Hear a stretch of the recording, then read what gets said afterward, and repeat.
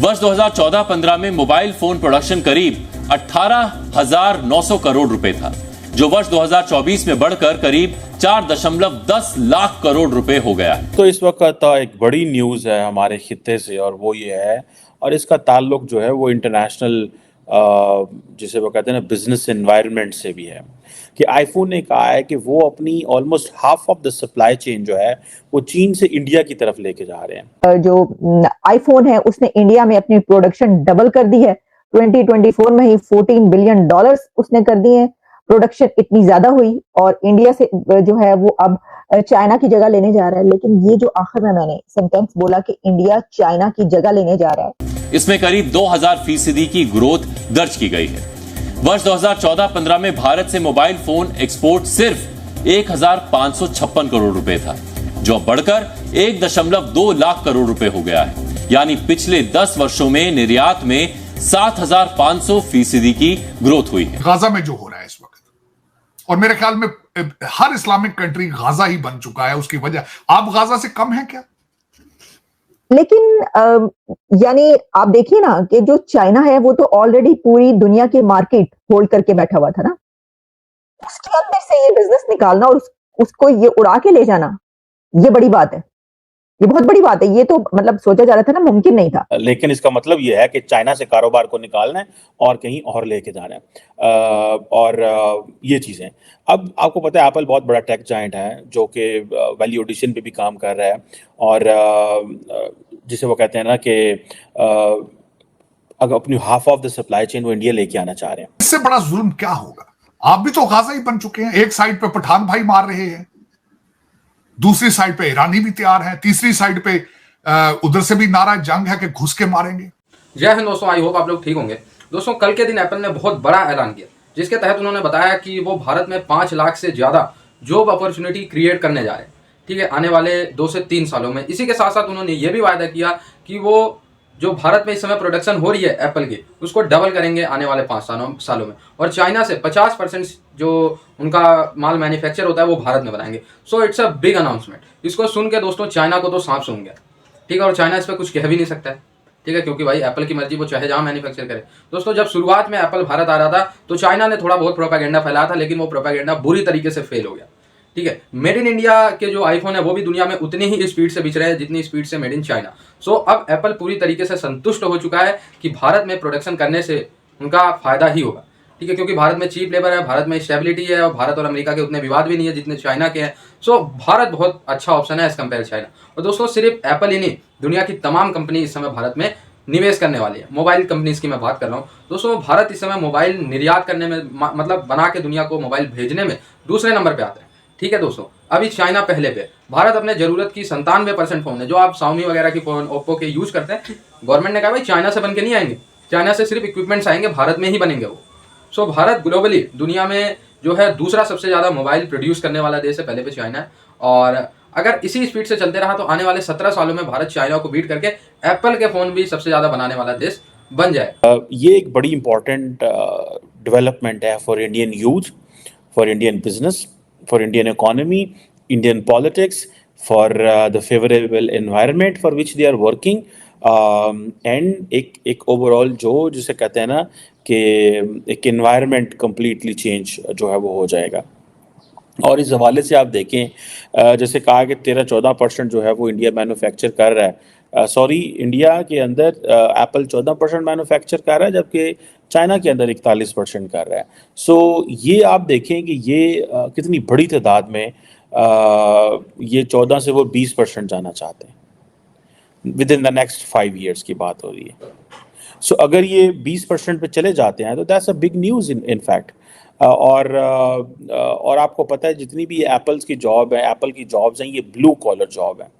और अगर आप ये देखें कि इस तरह वो अगर कोई 1.5 लाख के करीब डायरेक्ट जॉब्स क्रिएट कर रहे हैं, 3 लाख के करीब इनडायरेक्ट जॉब्स क्रिएट कर रहे हैं, और सुनने में ये आ रहा है कि जो फॉक्सकॉन है, टाटा है, जो सेलकॉम है, ये रेजिडेंशियल फैसिलिटीज़ भी देंगे फैक्ट्री एम्प्लॉयज़ को, और तकरीबन 78,000 यूनिट्स प्लान है तमिलनाडु के अंदर। सो इसको अगर आप सिर्फ देखते जाएं कि जिसे वो कहते हैं ना कि ये एक ब्लू कॉलर जॉब जो है उसके लिए एक बहुत बड़ा इकोसिस्टम तैयार हो रहा है। और ये जारी बात है, वो जिसे कहते हैं ना, it won't stop here. The Foxconn, Tata, Celcom, Apple, ये यहाँ पे नहीं खड़ा होगा। और बहुत सारी जो जिसे वो कहते हैं ना, क्योंकि टाटा इलेक्ट्रॉनिक भी सप्लायर है, सेलकॉम टेक्नोलॉजीज भी सप्लायर है, फॉक्सलिंक, सनवोडो, बहुत सारी ऐसी कंपनीज हैं जो कि सप्लायर हैं टू इसको क्या नाम है, एप्पल को, और बड़ा इंपॉर्टेंट रोल प्ले कर रहे हैं।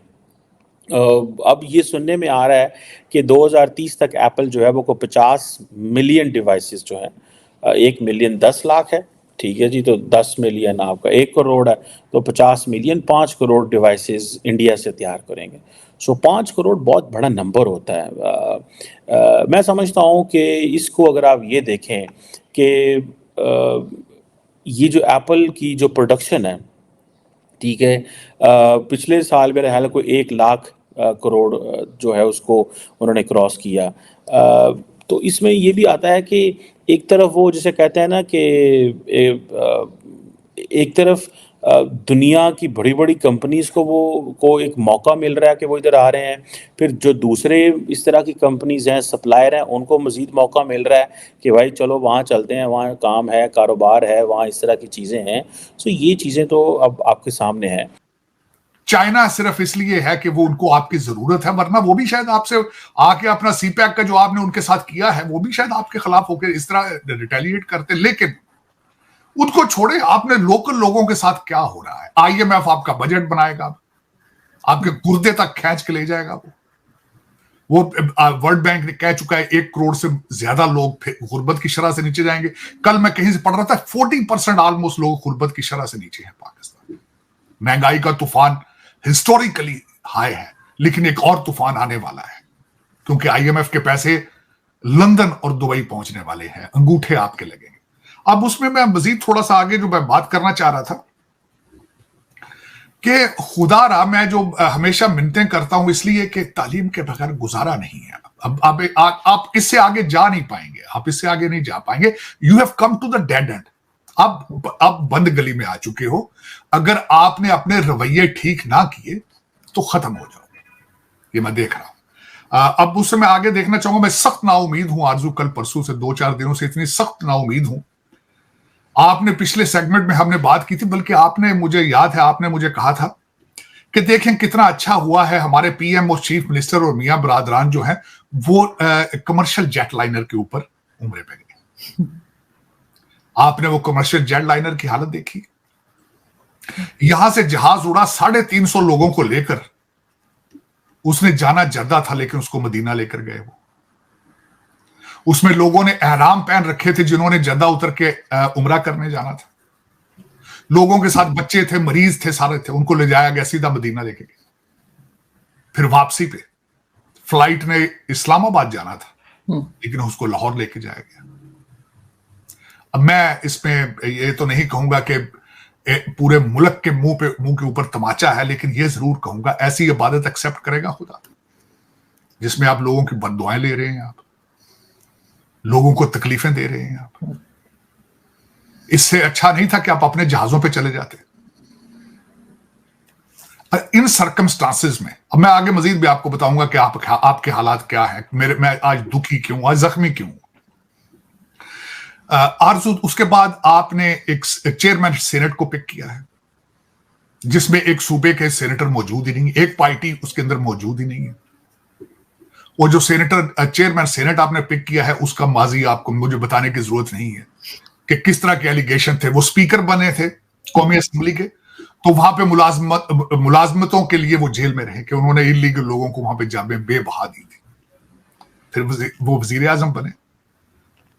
तो यहां की एक एक्ट्रेस जो थी उसने पाकिस्तान के सारे कपड़े फाड़ दिए थे कि वो फ्लड में गई थी और उनका हार किसी ने, उन्होंने ना, हार तो खैर टर्किश ने दिया था, लेकिन इन्होंने अपनी पूरी फैमिली को जहाज में बुला लिया था तस्वीर खिंचवाने। अब वो चेयरमैन बन चुके हैं सेनेट के। अब पता नहीं नया ड्रामा क्या होगा। इन सर्कमस्टांसेस में आगे चलता हूं, तीसरे पॉइंट पे चलता हूं। आपके सूबा सरहद वाले इस वक्त आपसे नाराज हैं कि